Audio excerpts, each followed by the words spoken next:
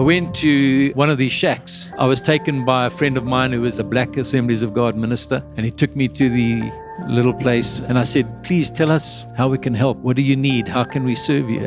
And he said, we don't need money. We don't need clothing and blankets and food. What we need is you. Come to where we are. Okay. See us. Yeah. Hear us. Solidarity. Solidarity. And I mean, he was basically proclaiming the kingdom. Only through that kind of connection do you discover two things. One, the reality of how people who are part of our body, what they're experiencing. You experience apartheid through their eyes and their bodies. Yes. That was the first thing. The second thing is that you only truly discover the love of God. This was a text that God used to renew my mind. Yes. Together with all the saints, we are able to comprehend the length and breadth and depth and height. And if I leave you out, I leave out something of God. Worshipping with people of color. Yes. I just thought, wow, what have I been missing?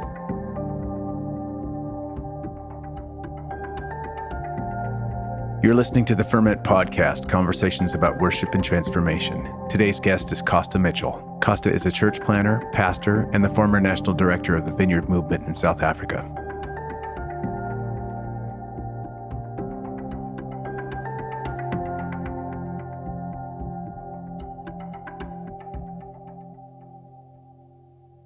This episode is brought to you by Monk Drums. Monk Drums is a creative desert venture that strives to combine beauty and business as one heartbeat. Monk Drums' main focus is handcrafted wooden drums that allow us to love, assist, and serve all who accompany us on this path. Use the coupon code FERMENTPOD to get 5% off your Monk Drums order. Find them on Instagram, Facebook, and Twitter at Monk Drums. And every Monday, look for hashtag Monk Drum Monday. Speaking from personal experience, monk drums are wonderfully crafted and they sound amazing. They blend the best traits of both the djembe and the cajon, and I found them to be incredibly versatile in both the live and studio environment. Check them out at monkdrums.com.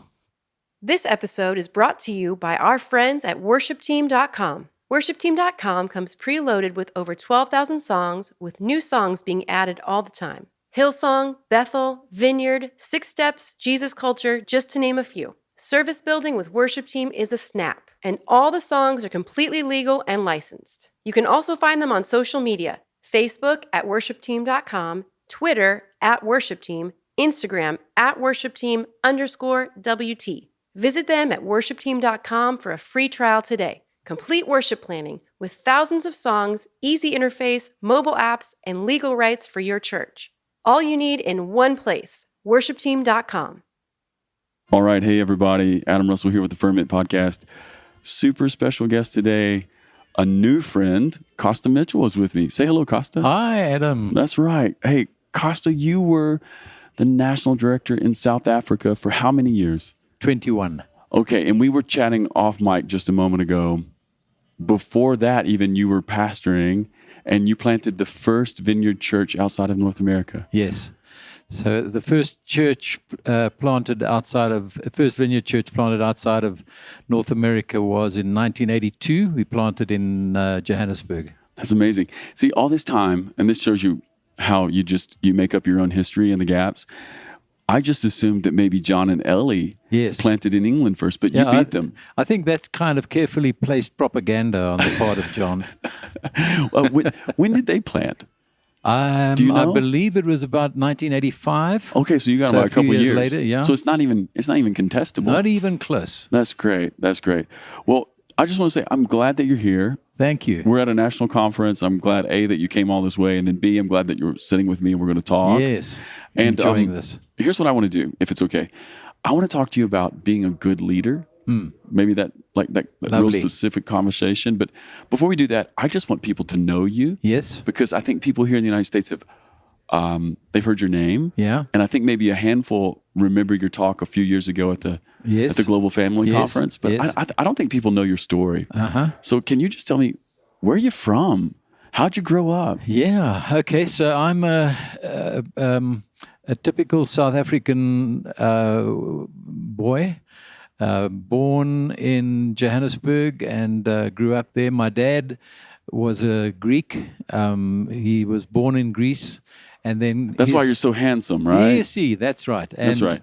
And lovable. That's right. So my dad had been he and his family came to South Africa when he was very young, 2-year-old, and so he was a naturalized South African, and that's the reason why our name is not Michalopoulos but Mitchell. Yeah. Because he had changed it to fit in with the business community. Sort of westernized it a little bit. Yeah.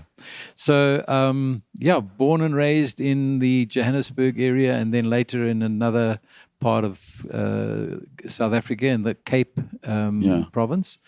And was so I was Greek Orthodox by. That's what I was going to ask you. Baptism. Like growing up, were you Greek Orthodox? Yeah. Yeah, and we were also fairly typical of many Greek people in that we would go to church twice a year. Christmas and Easter? Yeah, but only if it was absolutely necessary. Yeah. And my mother was a South African of British, Dutch, German stock. Yeah. And so we were that kind of mixed bunch, the United Nations in one house. And so I grew up in that sort of world that was completely artificial, of being white South Africans in Africa. Yes. And it's a very unique experience, isn't it? It was. And really, as I look back, oblivious to the realities of apartheid because of the way we were cocooned. And there was censorship of press and radio. We didn't have television, so all of those things. So from that point of view, again, growing up with blinkers and so many blind spots. Yeah, okay, so let me just ask a couple questions off of those two details. One, when did you meet Jesus in a personal way? So I went to university, had always wanted to be a vet, and so I went like a veterinarian? Veterinarian. Yes. So I went to study veterinary science, and within the first 3 months of starting that course of study, I became an atheist. Why? Just the biology? Yeah, because of science. Yeah. So the whole line of atheistic evolution that's shoved down your throat when you go to a faculty like that. And then just a few months after that, about 6 months after that, through a young guy who came and stayed at the digs that I was staying in, who just his witness, his testimony about Jesus and his life spoke very loudly to me, and so I prayed the prayer of the suicidal prayer for an atheist. God, I don't believe in you, but if you were real, And so, and I met Jesus, and everything changed. He messed up my life completely. Yeah, isn't it interesting how many times people come to faith just because someone was kind to them? Yeah, like another Christian really treated somebody in a great way, and that's what really draws people. Yep. That's the loudest evangelism. Exactly. Yeah. Yes. So when you prayed that prayer, did anything happen?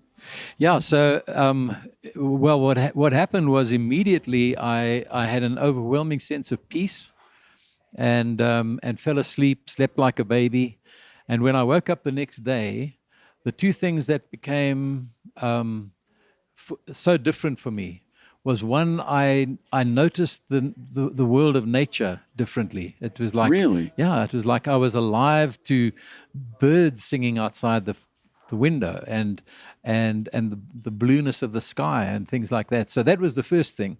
And the second thing was that I had fallen in love with people.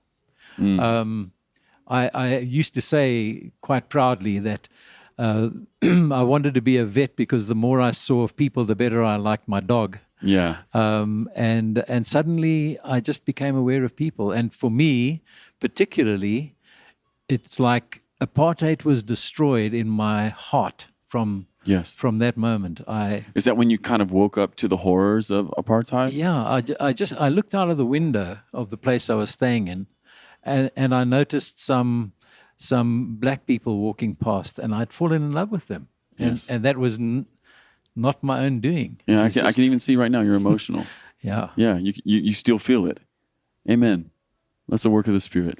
Yeah. Yeah. Okay. So when that happened, what did you do? Did you decide I'm going to be a pastor? I'm going to work for justice? Like what was your response? It took a little longer than that. So I stayed, I would say probably within the next 6 months on from there. In fact, two things happened. The first was that through another guy who was involved in Teen Challenge Ministry, who was an outstanding evangelist.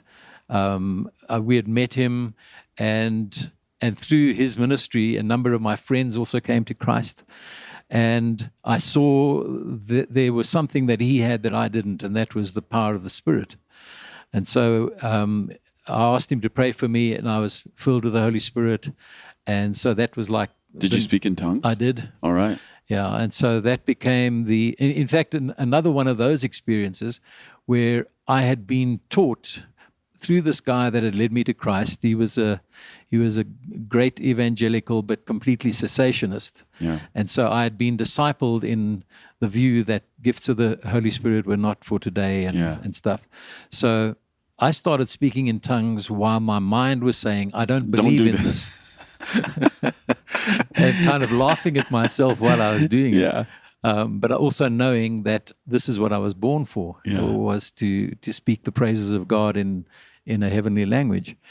Anyway, so that became the next step in a process where God was kind of extracting me from the world of veterinary science, and more I became aware of a call. And did you feel like it was a call to pastor, or was it just like I feel compelled to do what God wants? Like, was it general or what? It was quite. In fact, I kind of share this story in talking about calling. That calling doesn't always work out the way it sounds like it's going to. Talk about that, because people who are listening are going to be all over that. Yeah. So I got this calling through. A passage in Joel chapter 2 that talks about multitudes in the valley of decision, and the day of the Lord is near in the valley of decision. And so, by the way, at the time, one of my favorite things to do was to listen to a radio program called The Hour of Decision, which is Billy Graham preaching. And I loved Billy Graham's preaching, and I pictured myself as this Billy Graham standing in front of multitudes in the Valley of Decision. Yes. So I thought that's a call me. to evangelism. Yeah, and you thought I'm going to be the African Billy Graham. That's it. Like that. So anyway, that was the what I thought was the gist of it. And I remember times, because shortly after that, God spoke to me finally to quit the veterinary at the end of my second year of studying vet science, and called me to ministry. So I got involved in youth ministry. We were doing street evangelism. What kind of church were you at? And that was an Assemblies of God church. Yeah, so you were charismatic by now all the way. Yeah. And that was the beginning. It was through that street evangelism that the first hippies were led to Christ on the streets and then brought to the church. And so the Jesus people hippie thing was even happening in South Africa. It happened. It was worldwide. Almost simultaneously. Yes. So that was 1968, 69. Wow. And so the guy that was regarded as like the hippie king of Johannesburg came to Christ, and then more and more people, and it was a people movement. We saw thousands of people from that counterculture coming to Christ and through that church's ministry over the next few years. Did you baptize them in the ocean? No. I was going to say, we were in Johannesburg, so there's no ocean. Okay. You weren't in Cape Town then? No, okay. I didn't know if you were going full Lonnie Frisbee on us. No. Yeah. Yeah. Okay, that's great. Yeah. Okay, so let's just maybe bump up here a second. When did you meet John Wimber? Or what was that? Yeah, again, a whole series of things, divine appointments happened. And through a friend of mine called Dave Owen, he told me that he had invited John and a group from the Yorba what was still then Calvary Chapel, had come to our church in Cape Town. By then I was in Cape Town. I was leading a an Assemblies of God church in Cape Town, and they came and they gave us a set of tapes called "The Church I Would Join" by John, and I listened to that and I said, but these are all the things God has been speaking to me about, including things like intimacy and worship, including everyone gets to play, the whole thing of empowering and equipping people for the works of ministry, etc. So there were a number of things about it that, and as many Vineyard people will tell you, when they first heard John, they said, he's been reading my mail. You know, there was just this sense of resonance. Yeah, he was articulating something. He was articulating what was in us. Yeah, and many people. Yes. Yeah.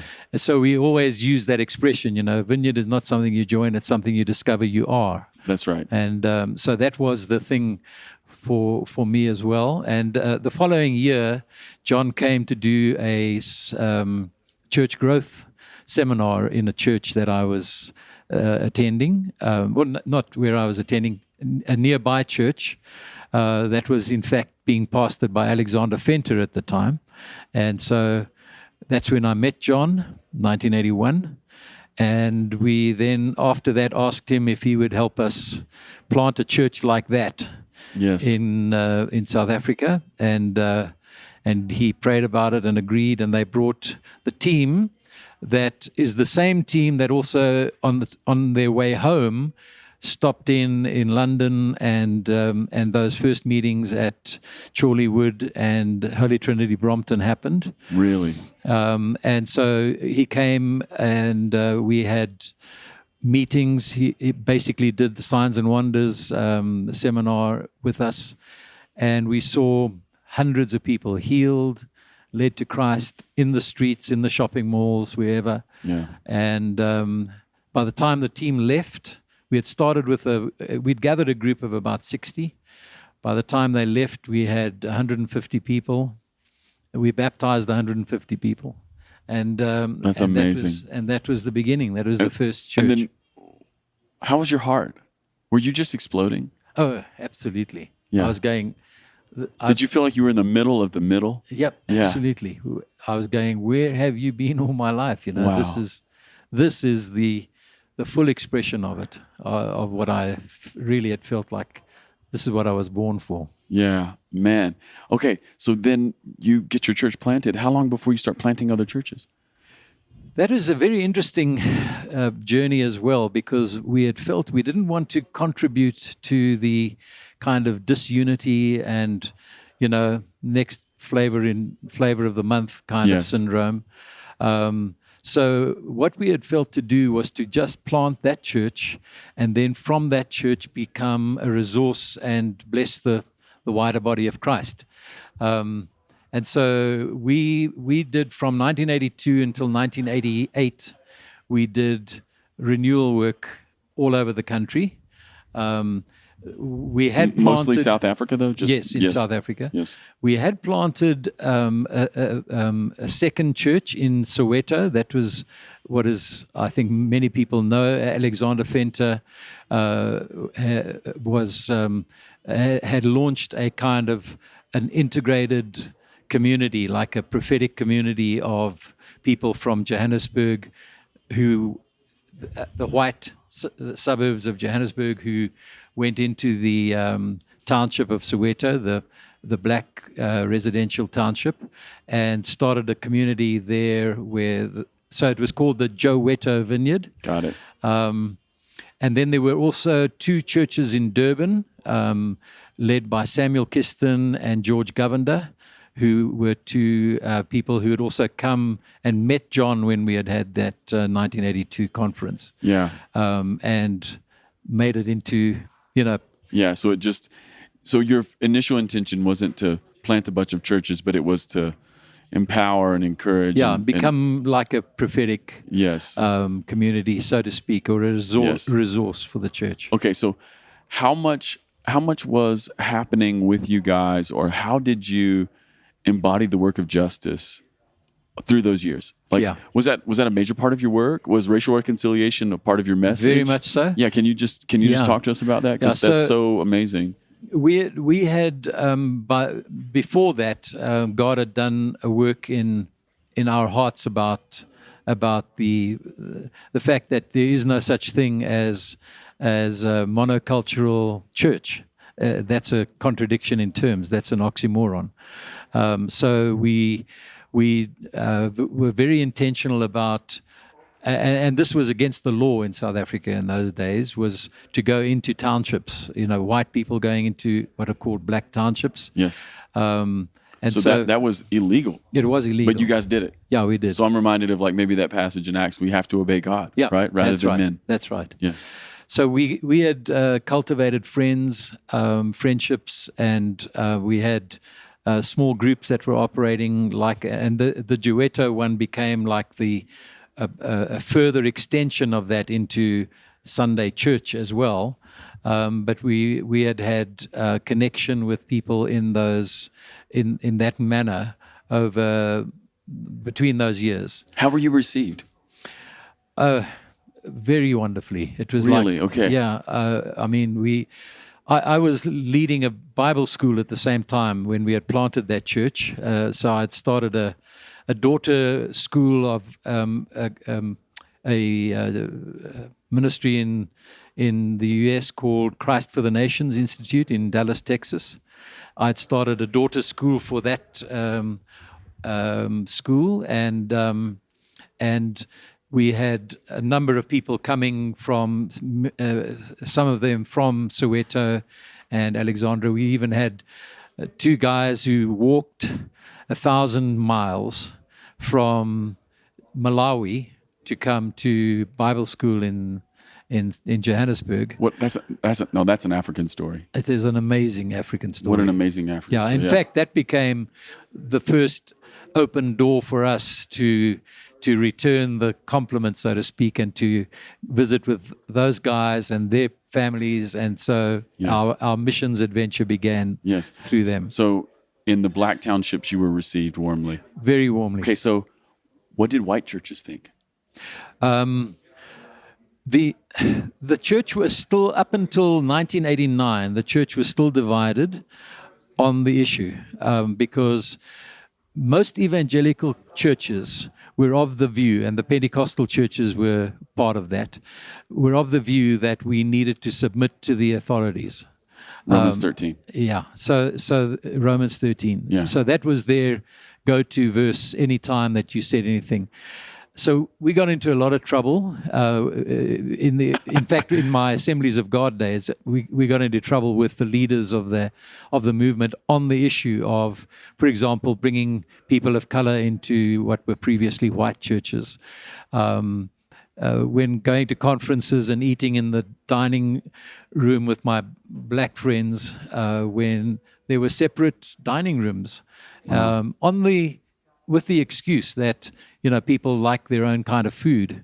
Yeah. But anyway, so it was just a tumultuous time. It was. That's how it sounds to my American ears. It was, and of course, so 1985 was the beginning of what was called the state of emergency in South Africa, when the army moved into the townships, and this was a few years after the initial Soweto uprising of youth against the apartheid regime, and and the people that we had connected with in the township, many of them had been on the barricades in some of those protest actions in their townships, and they became our brothers. So we would and of course most of those people were viewed by essentially white churches and organizations as communist, revolutionaries, terrorists, etc.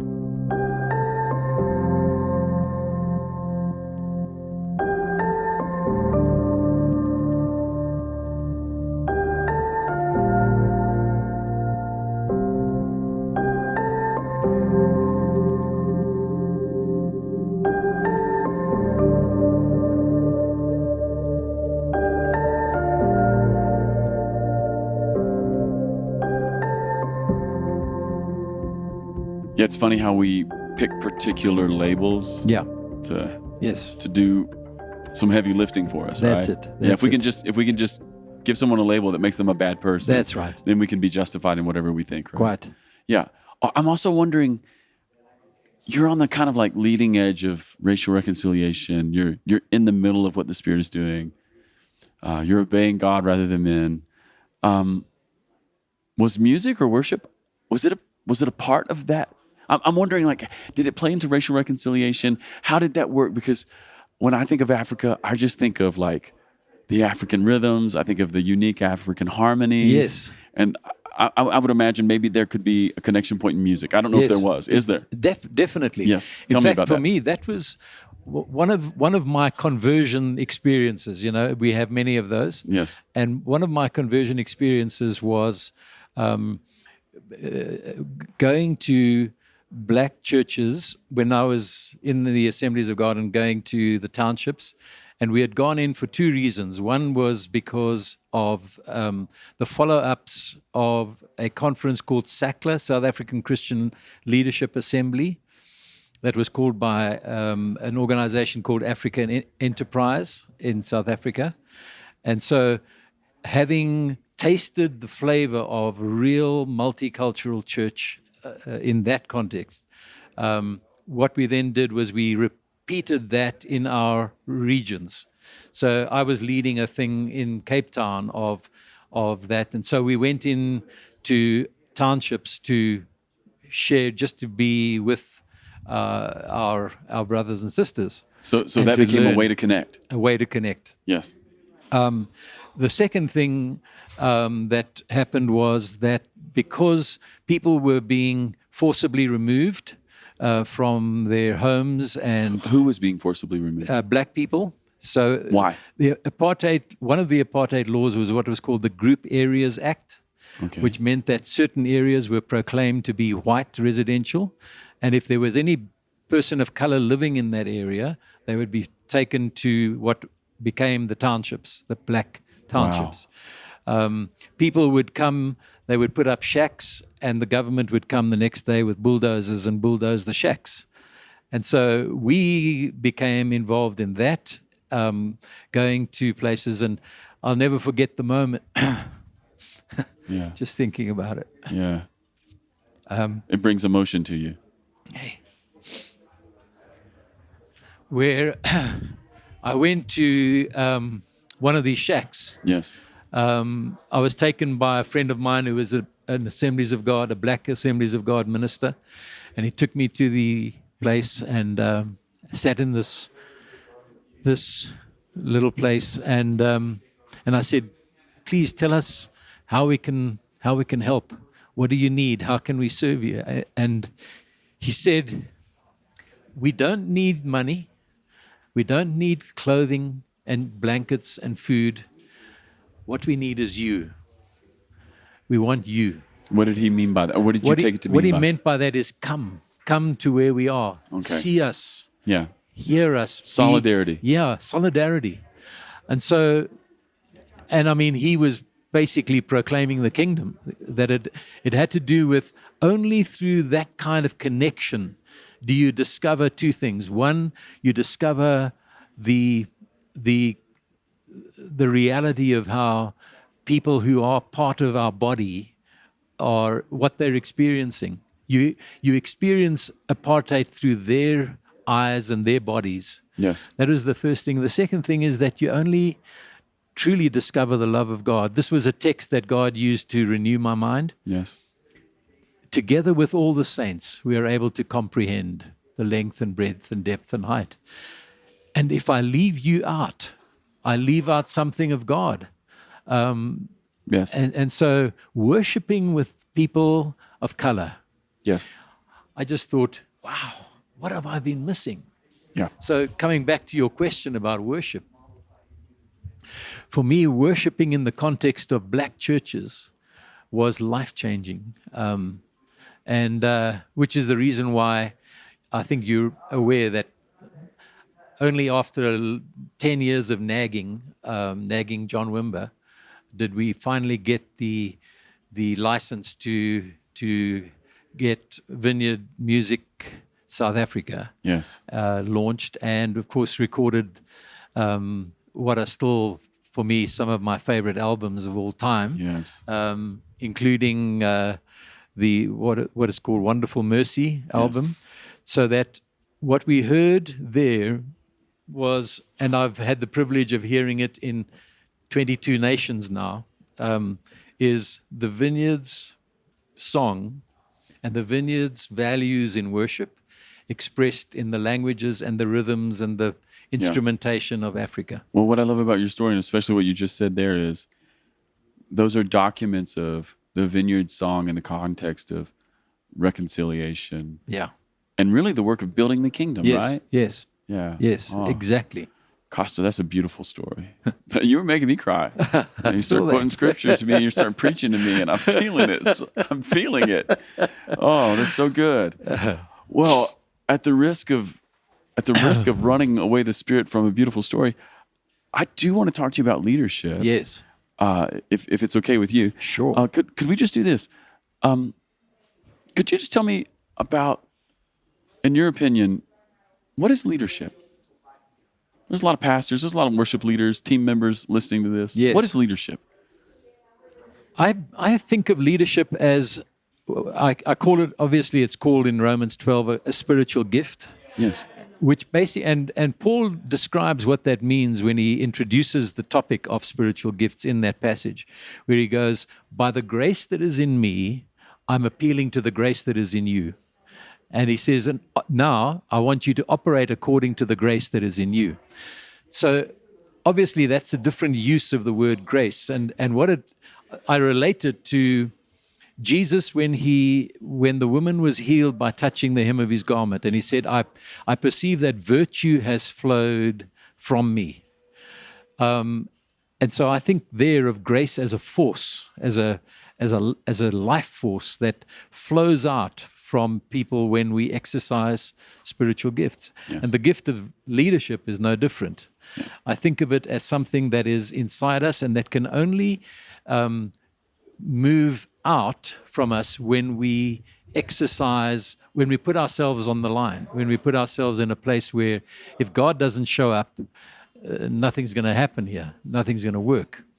So leadership, the way that we do that is the Greek word for leadership there is the word Christomenos, which means to step to the front in order to take people to a goal. Go first. Yeah, go first. So leaders go first and eat last, right? That's a great one. So leaders step forward. A leader is a person who steps forward, but with the goal, the best goal, or the future, the best future of the people he or she is wanting to lead in mind. I love Not this. their own position in mind, but the best future for these people. I love this. Now, of course, there's even there are some subtle dangers in that because I don't get to decide what their best future is. I get to discover it in the journey. Okay, can you talk about the difference between deciding and discovering? Because I think this is a big deal because, I just think of a lot of, especially modern business style leadership. It's almost like, well, the charismatic leader decides. That's right. Yeah. And then I get the vision and you follow me. Yeah. Yes. That's it. So again, it's an interesting dynamic between those two things. I believe that God gives vision to an individual. Yes, I do too. But he doesn't give all the details of it. I think that I need, for example, if God gives me vision, I need my wife to color it in with me. I need the people who I think, when I say, this is what I'm sensing, this is the future we're heading towards, do you want to come? Yes. Then I need to stop along the way and say, tell me about what you heard when I said that. What do you see? What motivates you? What lights up your eyes when I talk about it? And each of them will have a different angle on that. According to their own gifting, according to their where they are in their spiritual journey.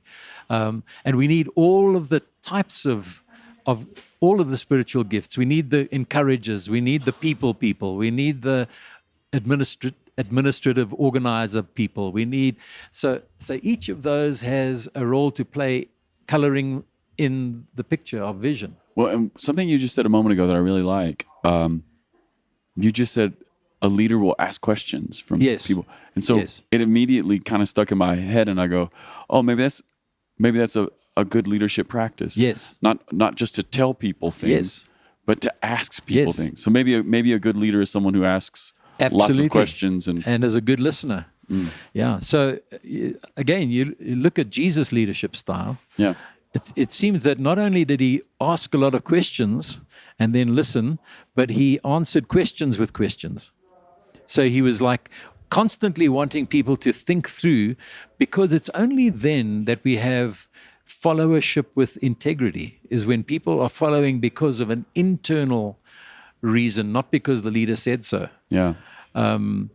Because that's, in fact, the only way that people are formed. And our job is not to take people to the goal, but also to have them formed and transformed in the journey. That's right. That's right. Well, I want to maybe dig down into that, because one of the questions I wrote down for you, and you're already touching on it, is this. To you, what's unique about Jesus' style of leadership? Oh, so many things. I think the most obvious one is servanthood. Yeah. That he served, and again, there's subtlety in this, because it's like, for me, the biggest frustration I have had in 48 years of ministry is to see leaders who are in it for themselves and for their own fame and followership. Yeah, build my platform. Yeah, build my platform. Give me a platform. So, but what people ignore the strongest statement that Jesus made in his entire earthly ministry was about leadership, where he said, the leaders or the rulers of the Gentiles lord it over their people, and exercise authority over them. And then he said, not so with you. Yeah, Mark chapter 10. Yeah, don't even think about it, essentially. Yeah. He uses such a strong expression that he's like going, I spit out that idea. It will not even get past my throat when you think like that. Yeah. And so, of course, what he is saying and what he goes on to say is, he that would be first among you must be last. Yes. Must become your servant. And he that would be in front must be your slave. And so, now, again, the way a lot of us think about that, because we're business people and because we're looking for a good deal, is that we go, oh, that's the way to get the deal. Yeah. We just think, oh, that's the shortcut. Yeah, that's the shortcut. Yeah, that's the coupon. Yeah, there you go. So do servanthood so that. Yes. That's not what it's saying. I believe what he's saying is, be a servant, and God, in due season, will give you authority, but you mustn't desire the authority. You must desire the servanthood. Yeah. Just for the pleasure of helping people. Exactly. Exactly. And if that's all you do, if you do that just for one person, there's authority, but it's all in heaven, actually. Yeah. And how you get paid, Wimber's old expression, the pay is the same, whether you work for 1 day or 10 or 50 years. Yeah, that's kind of like Jesus' parable, right? Yeah. The guys who showed up late, they got the same. Same pay. Yeah. And, just in even what you're saying here, Costa, I'm just sort of reminded, in my mind anyway, like contrasting between sort of typical paradigms of leadership that exist now, and the leadership of Jesus. Jesus doesn't coerce people. No. He's not heavy-handed with people. No. And I've been reflecting on this little detail in the Gospels, that Jesus rarely makes anyone do anything. He's always the inviter. That's right. Like he says to the disciples, yes, follow me, right? Yeah. And there must have been something so compelling about him for them to just drop what they were doing. Yeah, I like that you use that word compelling, right? Yeah. I've been trying to think about leadership in terms of compelling. Yes. Yeah. Yes. Rather than make you do it. That's right. Yeah. That's right. And that's where it comes back to that concept I was talking about earlier of virtue. Maybe the most popular definition of leadership over the last 20 years has been one that says leadership is influence, nothing more, nothing less. Yeah. Now, I think it is probably more than influence, but it's not less than. Yeah. But again, the question, when you think about what is influence, influence is, again, it's a fluid thing. It's something that flows. It's something that flows from the leader into and around, and then back from those people back to the leader. So it's like a tributary of a river that of life and of benefit. Yeah. I think influence comes from the fact that people get, to use an old Christian cliche, blessed by the leader. Blessed is a great Christian cliche. Yeah. Amen. Yeah. So people will, again, follow with integrity someone who, the little phrase that comes to my mind about Jesus, here's something so unique about Jesus. In many cases, in several cases, he called people by the name of what they would become. He calls them by their future. Yeah, so he says, "Hi, Simon, you will be Peter." Rock. Yeah. I'm going to build something on you. I'm going to build something on you. I'm going to make of you this frightened dove, this shaking reed. I'm going to make of you a rock, a consistent man. Yeah, and there's a sense in which that's some sort of a prophetic form of leadership, isn't it? That's right. Yeah. So one person said this to me, what I received from you is the sense that you believed in us. You believed in us. So I think leaders are people who see potential in others and then invite them into that potential. I love that. And so they become that future that they're heading I love towards. that. I love that. It's invitational. Yeah. It's aspirational. Yeah. Yeah. It has, to use your words a moment ago, has their best interest in mind. Yes. Yeah. And isn't it interesting how often, like, I can't see the future of myself, or I can't see who I really am, but you can? Yes. Or, someone else may not be able to see who they are. Yes. But I can come into the room. Yes. And I'm instantly aware Yes. of their gifts, their talents, the Yes. callings, Yes. the way that they fit into this thing. Yeah. Yeah. So that is, I believe, the key characteristic of a leader, is that not only do they have vision about the group and the church or whatever it is that they're leading, but they are able to articulate vision that, again, resonates in someone else's heart. Again, like I explained with John Wimber's function, it's like he announced something and that was in us. It was already there. Yeah, it was already there, but he gave language to it. I think it was his unique gift, was the ability to articulate what was in the hearts of so many.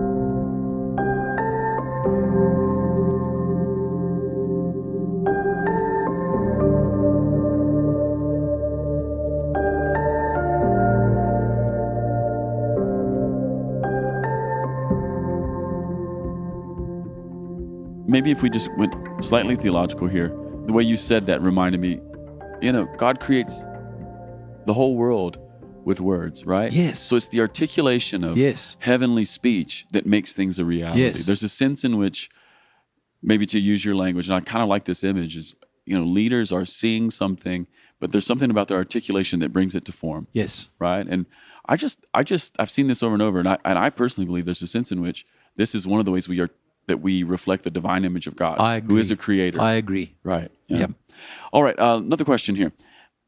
Costa, can you talk to me about how we could maybe partner with God to see our leadership grow? How could we deepen our gift? How could we really mature into it? Yeah. Yeah. Well, that kind of flicks a couple of switches in my mind about. I often say to people, and it links to the previous question about how did Jesus lead. I think Jesus led in the same way that he did ministry, which was, I only do what I see the Father doing. The words I say to you are words I've heard from the Father before I said them to you. And so he was a reflective leader. He was as someone said in this conference, he didn't initiate, but he was responding all the time to what he saw the Father doing, what he heard the Father whisper in his ear. So the first thing is about intimacy, is about getting alongside close enough so that when we articulate anything, all we're doing is we've been eavesdropping on the Trinity. Yes. Amen. And the Father and the Son have had a conversation, and we go, I agree with that. This is what we're going to do now. Yes. And so the only things that really work when it comes to this thing called ministry, whatever form it takes, including leadership, are the things that where we have connected somehow with the mind of God. And so that leads us to two things that it says about Jesus. We beheld his glory. We saw his life emanating or overflowing out of him. And how did it manifest? Full of grace and truth. Grace and truth. So that's something that as a leader, I every day would go before God and say, today, give me grace and truth in every connection that I make with people, and every email I write, every blog, anything that I do, let it be filled with grace and truth so that your life is seen in the things that I do, in the decisions I make, in the way I lead. And another way of saying that is I need to have the grace of acceptance and love and otherliness. You know, this is about people's well-being. It comes back to your previous point. People's well-being in my mind, not my platform or fame and fortune. The second thing is truth, which manifests itself in the form of wisdom. So I pray the prayer every time I have a conversation with people, God, I lack wisdom. I like praying that prayer because it's one of the ones that are in the book. It's got a promise. It's got a promise. Yeah. If anyone lacks wisdom, let him ask of God, and God will give it to him liberally. So I say, God, please, please, please, I'm dumb. I don't have what it takes. I don't have the information. So please give me some of yours. Yes. Give me your wisdom. And hopefully in every, whether it's a counseling session, whether it's a meeting with another leader, whether it's preaching, teaching, writing, a telephone call, God, let this reflect your grace and truth, your wisdom and your overwhelming love, unconditional love for this person. And one of the things I love about that James passage you just quoted, it seems, especially with the way that James wrote it, that the bar for wisdom is very low. Like if you're wise enough to admit that you don't have it, yes, you have it. You get some, yeah. Yes, isn't that it? It's like, well, okay, I can do that. Yes, yeah, yes, amen, yes. amen. All right, let me ask you another maybe big question that you can riff on here for a moment, especially because it kind of grows out of your life. As our leadership grows, how can we stay near to God? Because like you start out as, you're going to vet school, then you become a believer, and then shortly after that, you're youth minister, and then you become a church planter. You're doing works of reconciliation, but then God calls you, and the gifts of leadership that He's given you, He calls you to be a national director for the entire Vineyard movement in a whole country. That's not where you started. No. Okay, and I know in my own life that as leadership grows, sometimes time evaporates, yes. And then all of a sudden, the very things that maybe gave me leadership or gave me connection are gone. So I'm always very interested. Costa, how have you stayed close to God as your leadership increased? The real answer to that is that I haven't always, and learned how important that is very often by default or by hard experience. So there have been times when I've been aware I've either run ahead of God or I've run on a rabbit trail and left Him behind, and then I experienced the the effects of that in the form of burnout, in the form of fatigue, in the form of frustration, and then letting my natural gifting replace what we've just talked about, the constant need for asking God for His grace and truth. So as I said, failure has been a teacher. Oh yes, failure has been a teacher, and I've had it in one particular case as a major burnout episode in my life, and after that, in fact, in the healing that I went through, I experienced an amazing encounter with God. As it happened at Anaheim Vineyard when we came for a conference in 1995, and God restored my soul in a very short space of time. And then, as I was kind of getting up off the floor after 45 minutes and a lot of tears and snot on the floor, I heard him say this. I heard him say, "From now on, I want you to do only what gives you life, and only what reflects mine." And so I think the two things that I learned out of that, it also happened to coincide with when I first came across Ignatian Spirituality. Oh, is that when you kind of woke up to that? Yeah. So I had a wonderful colleague we had planted a third church in Johannesburg at that point, and I befriended other pastors in the neighborhood where I was, and one of them was an Anglican vicar who was who led Ignatian retreats and open door retreats, and so I learned from him, and I began the practice of Ignatian Spirituality in the form of both Lectio Divina and using the like examines and twice or three times a day. Yeah. And just building a rhythm. Yeah. So much more time, much more reflective time. Yeah. And I think for me that is my particular repentance, because I'm an A-type, Go get it. Yeah.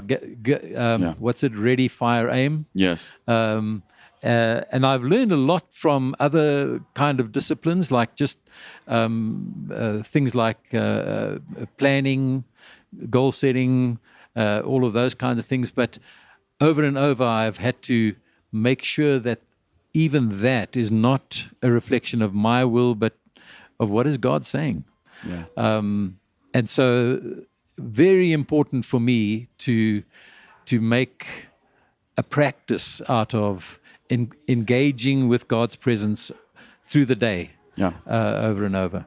Part of what I hear in what you're saying as well is something that I think that we're waking up to in the Vineyard, which is we want and we expect and we have a history of God's intervention. Yeah. Like yes. changing everything in a moment. Yes. Like we've seen it and we believe it and we want it, yes. right? Yes. And at the same time, we know that there's another side of that coin, which is daily, slow, gradual, rhythmic. And we need both, don't we? Yeah, we do. Yeah, and I think that's what I hear in your story is... Yes.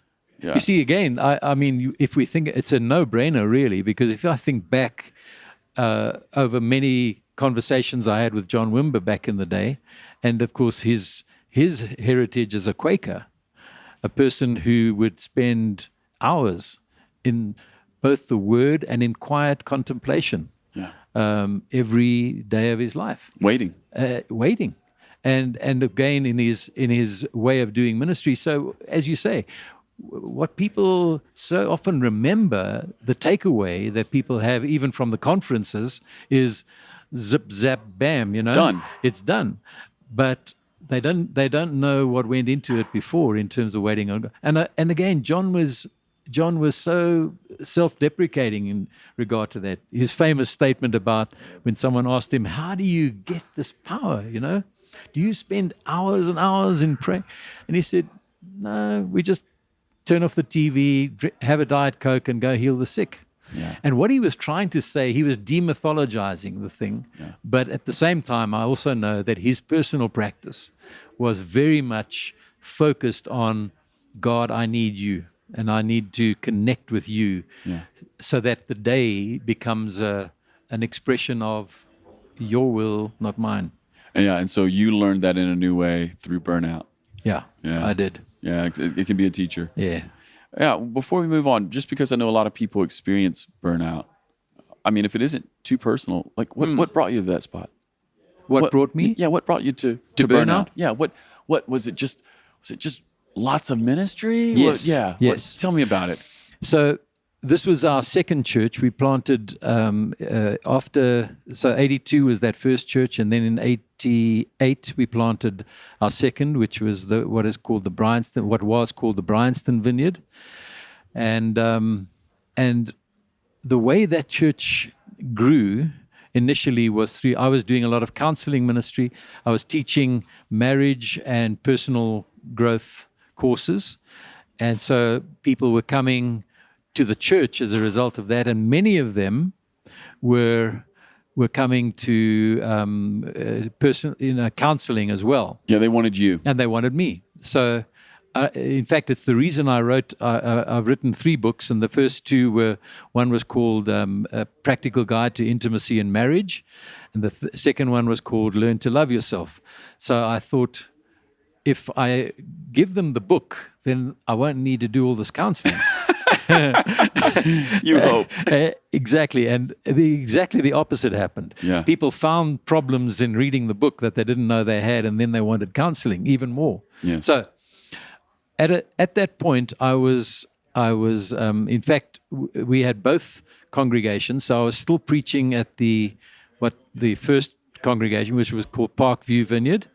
And we had planted Bryanston, so I was preaching mornings in Bryanston and evenings at Parkview, preaching twice a Sunday, leading the team, training leaders, and doing, on average, 15 to 20 hours of counseling a week. Yeah. You just had no margin. I had no margin, and so. And then we were also, at that point, starting to become involved in a lot of translocal ministry, particularly in some of the poverty-stricken areas in our country. So I was overdoing it by a few hundred miles. And the second thing is, in my view, my inability to say no. Where do you think that came from? Some people tell me it's because I'm a middle child, and so I was always like trying to fix things. Yeah, you work it out. Being a mediator. Work it out. Yeah. And so I think it was that, and also, I think I had a strong sense, always had a strong sense of responsibility. Yeah. But there's such pride involved in that, because it's deceptive, isn't it? It is. It is. You know, the real reason why we don't say no is because we don't think anyone else can do it as well as we could. And so, which is such a terrible way. Yeah. And that's self-destruction. So I must say, I did try to raise up other counselors. But as you said earlier, you know, people would say, I want you. And so it just never worked. And I think... So the day just came when I woke up one morning and I didn't want to see another human being.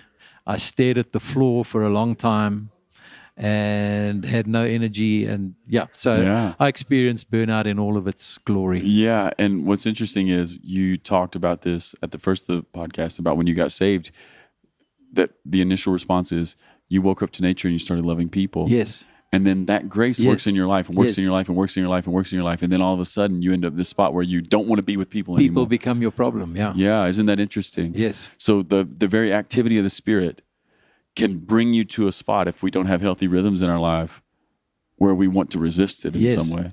All those things that you thought you had repented of suddenly come back. In a new way. Thank you for telling that story, because that's going to be helpful. Yes. All right. Hey, to wrap up here, can we just do some quick hitters? Yes. Some real quick ones? Sure. What's your favorite place you ever visited? Whoa. Do you have one? I think probably Greece. Really? Okay, why? It's the country of my soul. Oh, you just feel it. There's something there. There's your heritage, your people. Yes, my soul comes alive in a different way. Food and wine isn't bad though either. Yeah. The food and wine is great. The lifestyle is beautiful. That's the right. People, I love the people. Yeah, warm. Okay. Favorite book besides the Bible?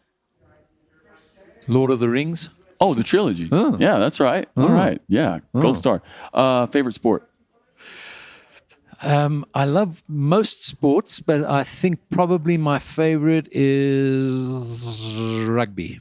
Okay. Did you play rugby? I did. Okay. Man's man. Yeah. Yeah, I watch it and think, those guys would break me in half in 1 second. Mad, yes. Yeah. Yeah, and the South Africans are tough. Uh-huh. Yeah, I sometimes watch them and the Australians and the New Zealanders play. Yes. It's Yes. amazing. Okay, last one. Favorite musician or band? Dire Straits. Really? Mark Knopfler. I always say, I know one thing about heaven. I'm going to learn to play the guitar like Mark Knopfler when I get to heaven. That's right. Man, what a great one. What a great one. Great answer. All right, very last question. We ask everyone on this podcast the same question at the end. Costa, could you just tell me a time you experienced great joy? Wow. Any time in your life, and it doesn't have to be the most. Like maybe it's just top of mind awareness. The birth of every one of my children. Yes. Yeah. Probably the top. Yeah. How many kids do you have? 4. All right. Boys and girls? What you have? We have 1 boy and 3 girls in that order. Okay. And all of them are married, and they have produced for us 10 grandchildren. You're rich. That is the best career I've ever had. You're rich, my friend. You're rich. Oh, this is great. Costa, thanks for sitting and talking with us. Hey, it's a pleasure, Adam. Thank you. Yes. And hey, thanks for the stories you told today. They touched me. And for those of you who are just listening, clearly this is a podcast. Costa and I shared a few tears here this afternoon. That was great. Yes, we did. All right, everybody. Thanks for listening, and we hope you will check in next Monday. Peace.